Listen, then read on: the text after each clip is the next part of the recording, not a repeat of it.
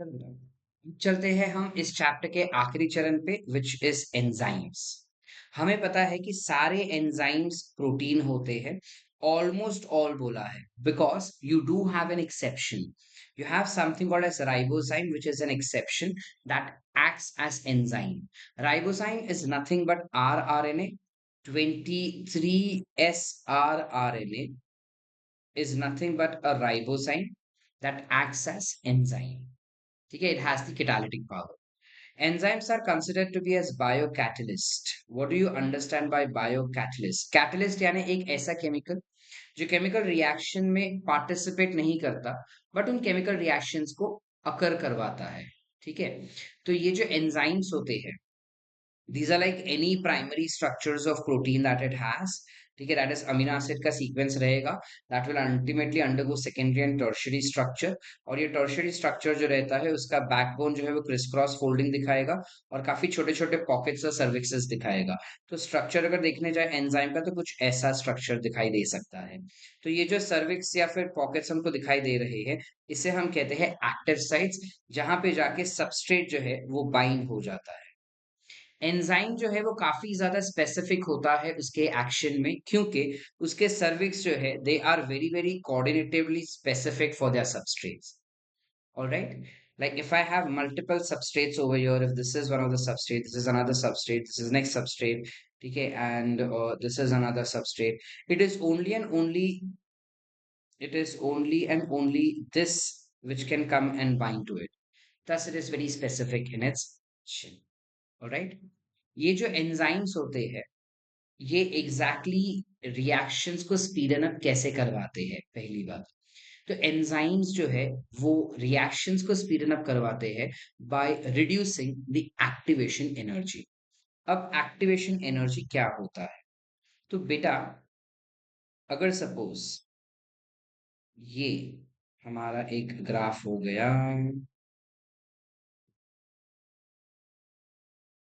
चलो let's say this is a graph wherein this is the pace of reaction, whereas this is the energy। this is energy and this is pace of reaction। zoom कर देते हैं, चलिए zoom कर देते हैं। ठीक है, this is energy and this is pace of reaction। Generally जब सिर्फ सबस्ट्रेट होता है, हर एक सबस्ट्रेट के पास एक बेसल अमाउंट ऑफ एनर्जी रहेगा ही रहेगा। Every substrate will have some basic amount of energy।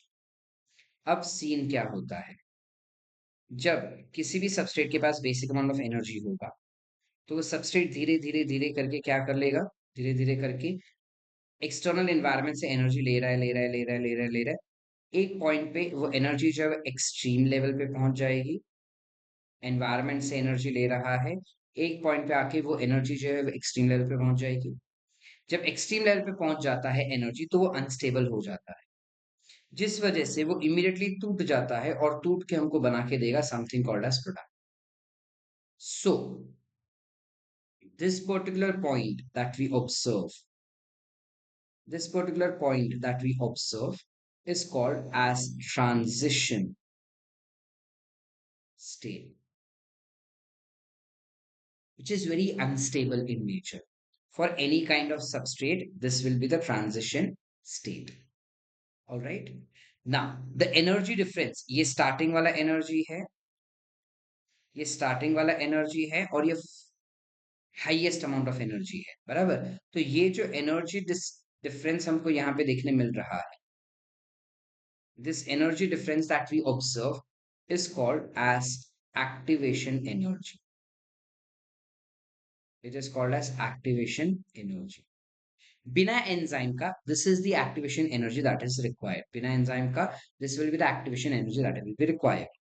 but if we use enzyme, if we use enzyme, this activation energy reaches immediately, मतलब this transition state is immediately reached, and once it is reached it immediately gets broken down to form something called as product। वो फटाक से product बन जाएगा बेटा, समझ पा रहे हैं? तो अब इस केस में क्या हो गया, ट्रांजिशन एनर्जी जो है, ट्रांजिशन स्टेट फटाफट आ गया, तो एक्टिवेशन एनर्जी भी जो है वो फटाफट आ जाता। This is the transition state. I hope the concept is clear. So along with enzyme, the activation energy is reduced. How come, sir? It's a very simple concept. जब एंजाइम और substrate एक दूसरे को बाइंड करते हैं तो वो अ, इतने बेहतरीन बाइंडिंग हो जाता है उनके बीच का कि सबस्ट्रेट को तोड़ना बहुत ही आसान हो जाता है। ठीक है? जैसे अगर मैंने अखरोट लिया और अखरोट को मैं उँगलियों से ऐसे तोड़ रहा हूँ वॉलनट को, तो it is difficult for me. वहीं पे अगर मैं हथौड़ा लेके तोड़ रहा हूँ, it becomes easier for me. Why? Because हथौड़ा takes up maximum energy. That's how you have enzymes functioning over here. All right? Now here if you observe correctly, अगर हम ध्यान से यहाँ पे ऑब्जर्व करें बेटा, ध्यान से अगर हम यहाँ पे ऑब्जर्व करें तो एनर्जी जो है ओरिजिनल सबस्ट्रेट एनर्जी और फाइनल प्रोडक्ट का एनर्जी में डिफरेंस है। The product energy is less, यानी some of the energy is release, so this becomes exothermic reaction. इसे हम कह देंगे exothermic reaction where energy is release. You can also call it as exergonic reaction because energy is release. Are we clear up till here बेटा? ठीक है। Now enzymes जो है, their activity tends to get affected by different kinds of substances. Remember that the enzyme activity gets affected by different factors.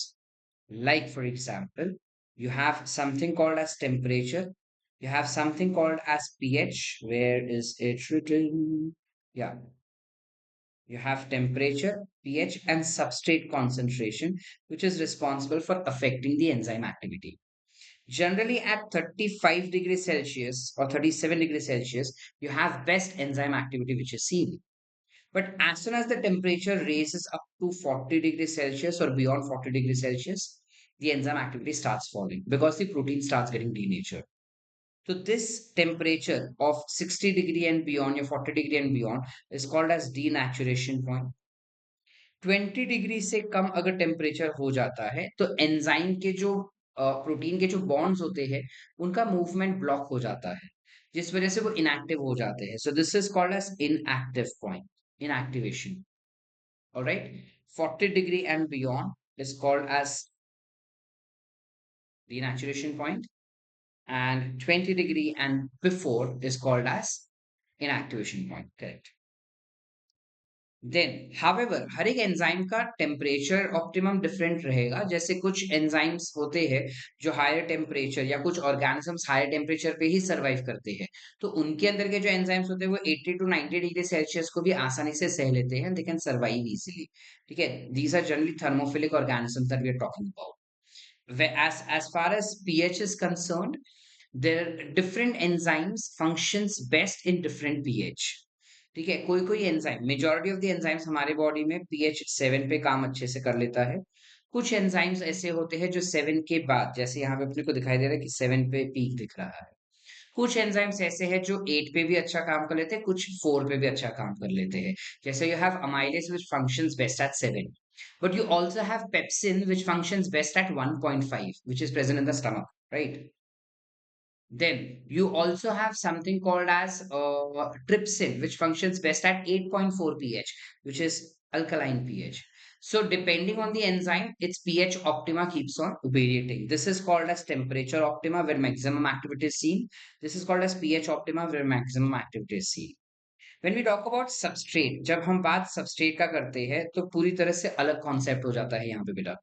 यहाँ पे scene क्या होता है, जैसे जैसे आप सबस्ट्रेट के कॉन्सेंट्रेशन को इंक्रीज करते जाते हो, वैसे वैसे एंजाइम का एक्टिविटी जो है वो इंक्रीज होते जाता है। एक पॉइंट पे आने के बाद आप सबस्ट्रेट कॉन्सेंट्रेशन कितना भी बढ़ाओ, एंजाइम का एक्टिविटी नहीं बढ़ता, वो उतना ही रह जाता है। तो इस पॉइंट को हम कहते हैं वी मैक्स, इसको हम कह देंगे वी मैक्स। यानी कि हाफ वी मैक्स यहाँ पर हो जाएगा। This will be considered to be as half Vmax। हम जनरली चाहते हैं कि सबस्ट्रेट जो है या एंजाइम्स जो है, सॉरी, वो हमेशा हाफ Vmax पर ही काम करे। ऐसा क्यों सर? आप क्यों चाहते हैं कि एंजाइम्स आधे स्पीड पर ही काम करे? बिकॉज बेटा अगर एंजाइम कंटिन्यूअसली मैक्सिमम स्पीड पे काम करते रहेगा तो उसका वर्किंग एफिशिएंसी कम हो जाता है। That is the reason it is very important कि हम एंजाइम को उसके हाफ मैक्सिमम वेलोसिटी पे काम करवाए रादर देन मैक्सिमम वेलोसिटी पे। हाफ मैक्सिमम वेलोसिटी पे काम करवाने के लिए हमें जितना सबस्ट्रेट का कॉन्सेंट्रेशन चाहिए, substrate concentration is written in bracket S like this. तो हाफ मैक्सिमम वेलोसिटी पे काम करवाने के लिए हमें जितना सबस्ट्रेट कॉन्सेंट्रेशन चाहिए होगा, सो दिस, इसे हम एक्सट्रापोलेट कर लेंगे कुछ इस प्रकार से। जितना सबस्ट्रेट कॉन्सेंट्रेशन चाहिए उसको हम लिख देते हैं K M value, you call it as K M. What is K M? I am not sure if it is given, let's try and find out if it is given. No it is not, let's go here. So what exactly is substrate? What exactly is Km value? Km stands for Michaelis Menten constant. Michaelis Menten नाम के दो scientist थे जिन्होंने ये constant को discover किया था। उन्होंने कहा कि हर एंजाइम का Km वैल्यू हमेशा कांस्टेंट रहता है। Km वैल्यू को कैलकुलेट कैसे किया जा सकता है? तो उसके लिए एक फॉर्मूला है which is V max is equal to, sorry, V0, V, sorry, V max is equal to velocity is equal to V max.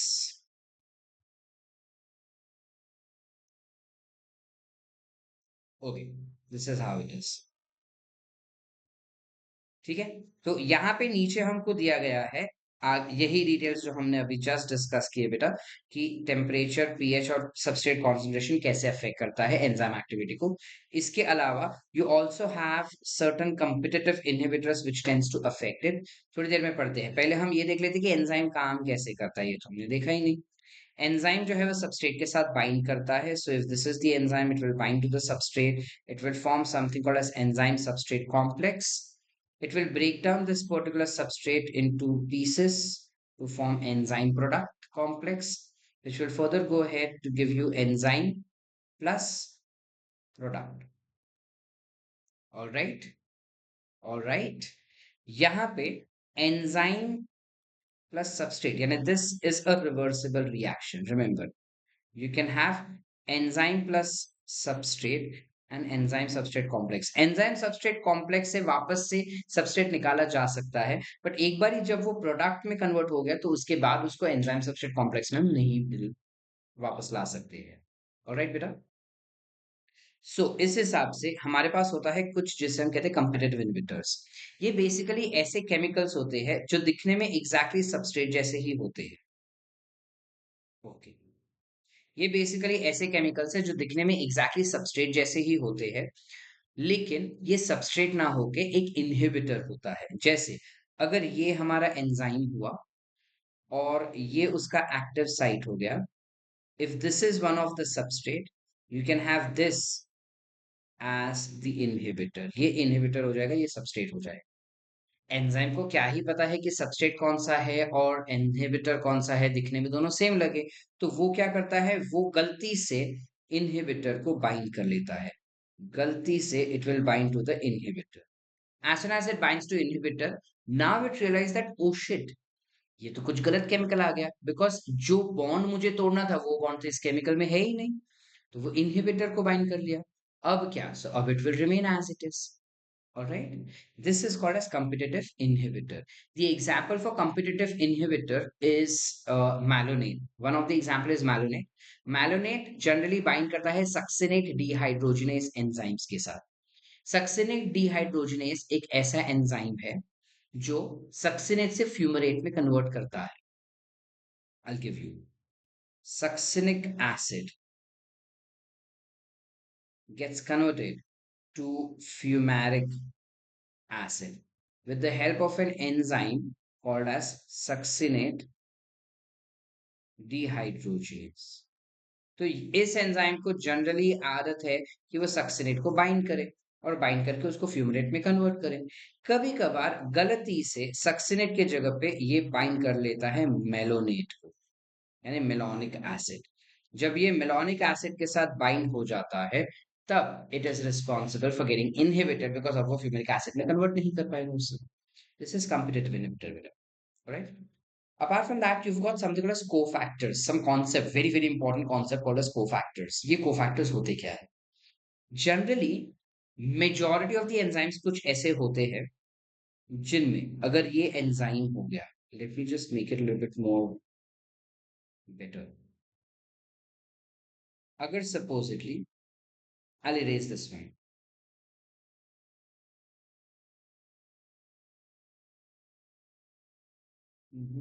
Yeah. जन ये क्या बताना चाह रहा है हमको कि जनरली सीन क्या होता है, ये हमारा एंजाइम हो गया कुछ इस प्रकार से, चलो इसको हम जूम कर देते हैं ताकि ज्यादा क्लैरिटी से समझे। ये हमारा एंजाइम हो गया, ठीक है, और ये हो जाता है हमारा सबस्ट्रेट। अब हमें पता है कि एक्टिव साइट और substrate are not correlating with each other, so this substrate will never bind to the active site. For that reason, you tend to utilize, or your enzymes tend to utilize some kind of cofactor, which makes the active site more complementary to the substrate.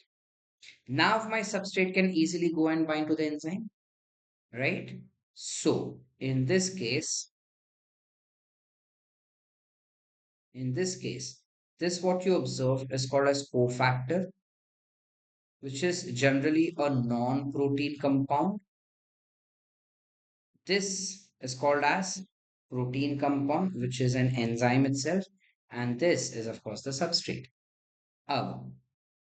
The protein part of enzyme, which is inactive enzyme, is called as apoenzyme, which is nothing but what we call it as protein part of enzyme.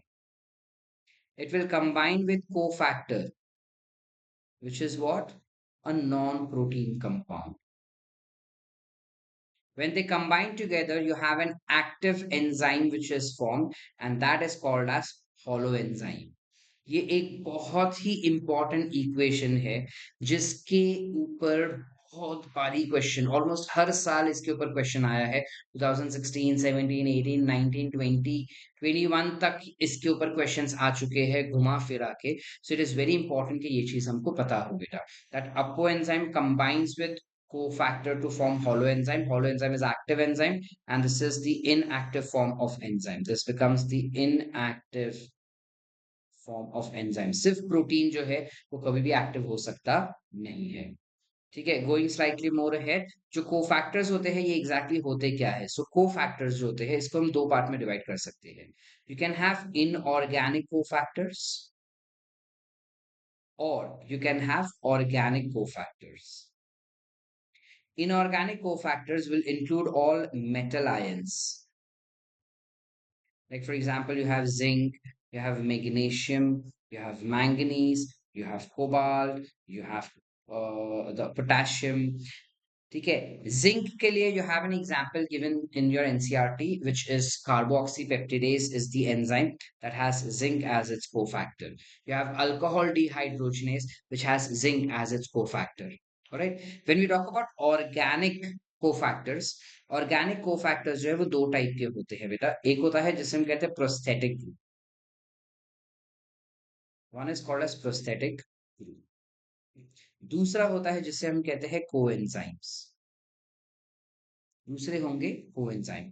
Prosthetic group जो होते हैं, these bind tightly, these tightly bind to enzyme। ये enzyme को काफी ज्यादा tightly bind करके रखते हैं, बिकॉज ये ऐसे एंजाइम्स के साथ कंबाइन होते हैं जो कॉन्स्टिट्यूटिवली तुम्हारे बॉडी में काम करते हैं। ऐसे एंजाइम्स जो कंटिन्यूसली सेल्स में काम करते हैं, उनमें बार बार चिपकना निकलना is very irritating task. So prosthetic group उनको टाइटली बाइंड करके ही रखते हैं, वो निकलते ही नहीं है।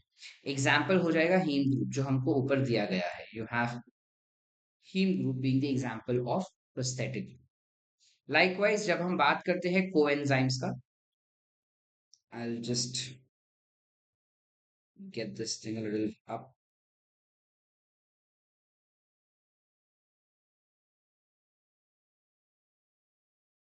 ठीक है, हम बात करेंगे दूसरा coenzyme, ओके ओके,